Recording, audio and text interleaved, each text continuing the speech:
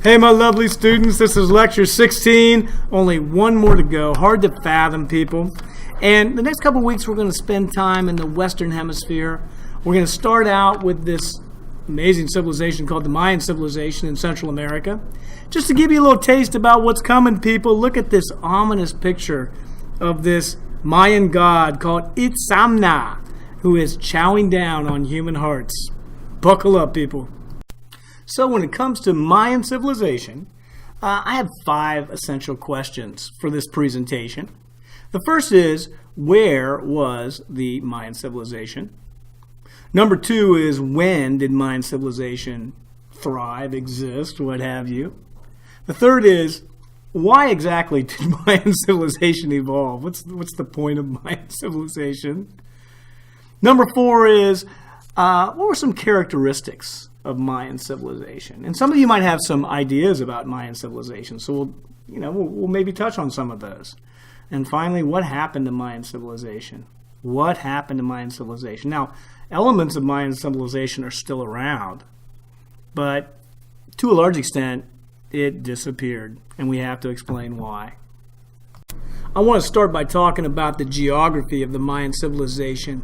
The Mayan civilization extended from southern Mexico into the Yucatan Peninsula and included the modern-day nations of Honduras, Guatemala, Belize, El Salvador, and Nicaragua. So most of Central America. So in asking when did Mayan civilization thrive or exist, there's no hard and fast rules about Mayan civilization because it wasn't this unified empire like we tend to think of the Roman Empire or whatever. And I'm going to compare Mayan civilization a lot to ancient Greece that was more like city-states that had a common culture. But one thing that's important to understand in terms of time frame is that there is a golden age of the Mayan Mayan civilization.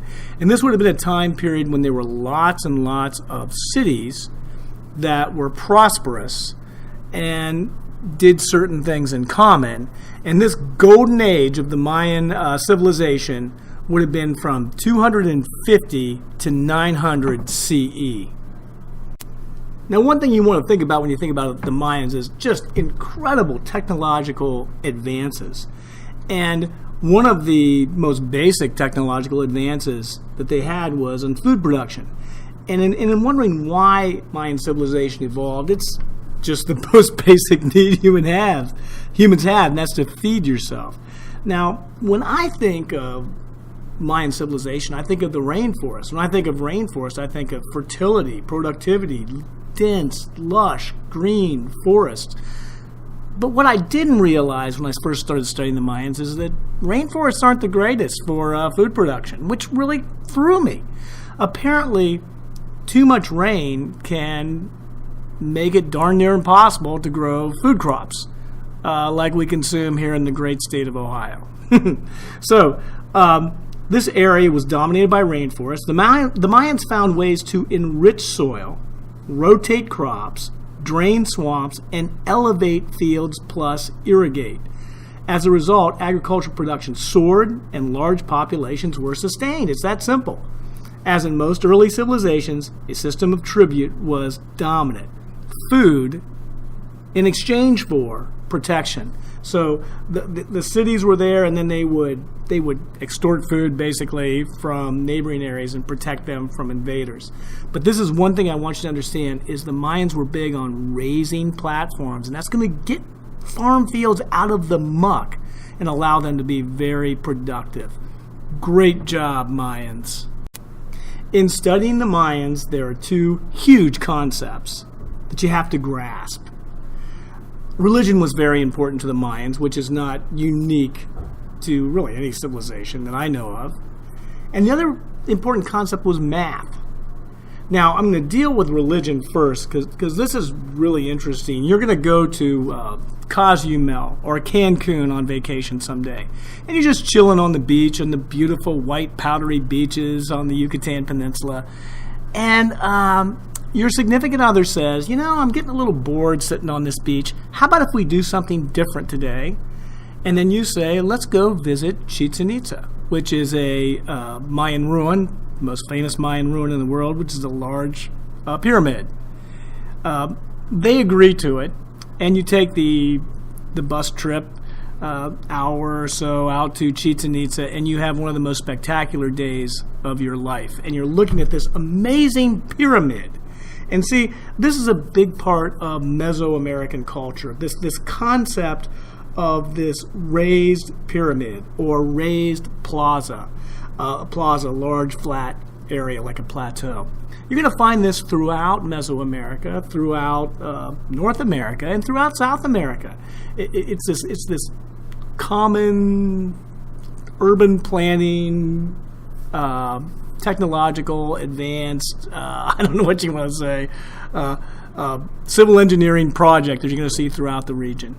And so what they do is they just pound earth down until it becomes as hard as concrete, and they make these raised platforms, and they put things on these raised platforms. Now, the pyramid is also a big structure in Mesoamerica. It was seen as a vehicle to the heavens and the underworld. Now, this is what's different about Mesoamerica. When you fought in a war in Mesoamerica, the goal was to capture enemies and not kill enemies. Because if you can capture enemies, you could use them for slavery, obviously, but you can use them for human sacrifice, which is going to be essential to all of these Mesoamerican societies, even the Incas, but particularly the Mayans and the Aztecs. Now, when it comes to math is really interesting as well, because the Mayans were obsessed with math. And if you understand their obsession with math, which is spectacular, you can understand how they built such amazing structures, but you also can understand their total obsession with time. The Mayans had the most intricate, fascinating, beautiful calendars in the human experience. And they understood the lunar and solar cycles. Because of these obsessions, they were the greatest. They were the greatest astronomers in the ancient world. There's no question about it. So understand the religion aspect with the raised platforms and the pyramids, and understand their math obsession, and that leads to amazing calendars. Two other concepts that are really significant when it comes to the Mayans are writing and architecture. Now, the thing about Mayan writing is it can somewhat be compared to Egyptian hieroglyphics. There's these beautiful symbols, and we're going to be working on them in our last blog post. And they're crazy. I mean, it took forever to try to decipher them, and we're still not totally there. What's sad about Mayan hieroglyphics is the Spaniards were just so turned off by what they saw in the human sacrifice that they did a number on Mayan artifacts. They went into Central America and literally destroyed so much Mayan writing. They've been lost to antiquity. They looked at this civilization as literally from the pit of hell. And so they were determined just to eradicate it. So unfortunately, there's not a lot of Mayan writing left to decipher, which is a darn shame. But we're going to work on it with our next blog post. The other thing that's kind of cool is the architecture. Many of those pyramids still remain, and they weren't destroyed. But here's what's interesting.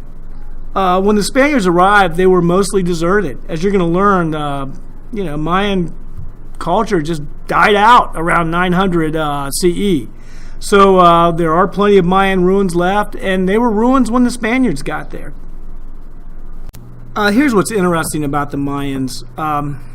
Because we don't have a lot of Mayan writing left because the Spaniards destroyed it, the demise of Mayan civilization is somewhat of a mystery.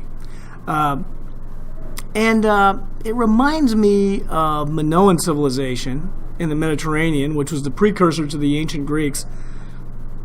You just start to see this civilization slowly disappear. Now, it's strange, but right around 900 CE, archaeologists are convinced that people just in large part left the large urban Mayan cities. They just left. They just walked out of these cities. And there's all kinds of speculation as to why this took place. It could have been some type of climate change, maybe severe droughts or floods or whatever. there was probably ceaseless warfare between these Mayan cities. That's another possible explanation. The warfare took its toll, and the cities couldn't sustain themselves. It might have been an exterior invasion from an empire that was close to Central America. It's not clear, but it's obvious to archaeologists that somewhere around the year 900 CE, people just flat left these urban centers, and what they've left us with is some just spectacular ruins that you need to go see before you expire yourself. Have a good day.